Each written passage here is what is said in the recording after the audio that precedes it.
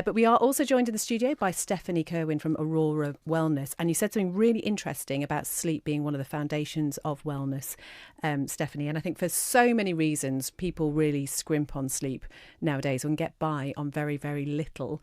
How much sleep do we actually need?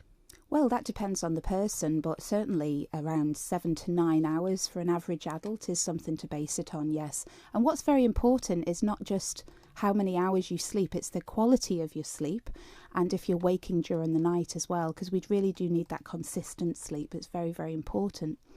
There's so many functions that happen during the night when we are asleep. For example, that's the time when our liver's working the hardest. That's the time when a lot of our detoxification pathways are very active and our body's detoxifying. That's the time where our body goes into a lot of repair. And how I explain it to people, if your body's like a battery with 100% in, your body's not going to do things and repair properly when you're active and you're awake and you're digesting food and you're stressed and you're trying to get the kids to school and all the other things that you do during the day. So when you're asleep and you're resting, that's when your nervous system's restoring.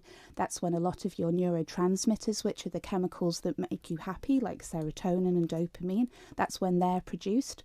That's when a lot of the repair processes are done. So if you're not sleeping well, it's having a significant impact in almost every function of your body. The problem is, I think a lot of people know that, and worrying about not sleeping possibly makes them not sleep very well.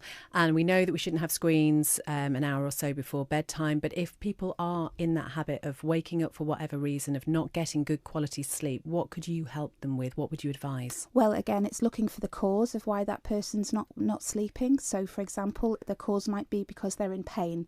So in our clinic, I work with my husband, Paul, who's an acupuncturist.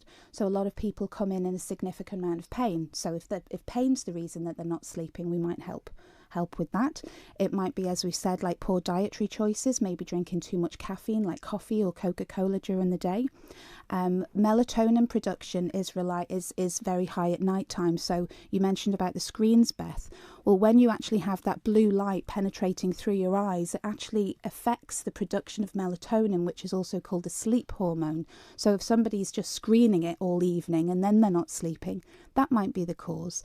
It might be because they're very stressed, or they've had a current trauma or the loss of somebody. Maybe they're going through a troublesome time at work. Maybe they're having problems with a relationship. So it's really looking to find the cause of those sleep disturbances rather than just giving them a herb or a nutritional medicine to help knock them out, if that makes sense. In some cases, though, I'm thinking of new parents, for example, their sleep is completely disrupted and very often they have to go on very small amounts of sleep. Is there anything you can do in that sort of instance? Well, then...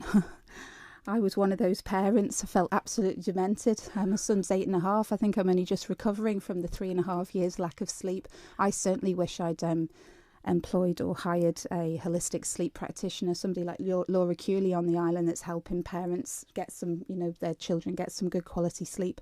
But the other thing to remember is that there are, when there's new mums, like you mentioned, there are hormones that actually help you cope with lack of sleep. So some mums bottle feed and someone's breastfeed, that's fine. But for example, for a breastfed baby, when the mother wakes up, they're producing a lot of oxytocin, which is the love hormone, and then that does help them cope a bit better with the sleepless nights. So a short period of time of sleepless nights is fine. It's when it becomes very prolonged.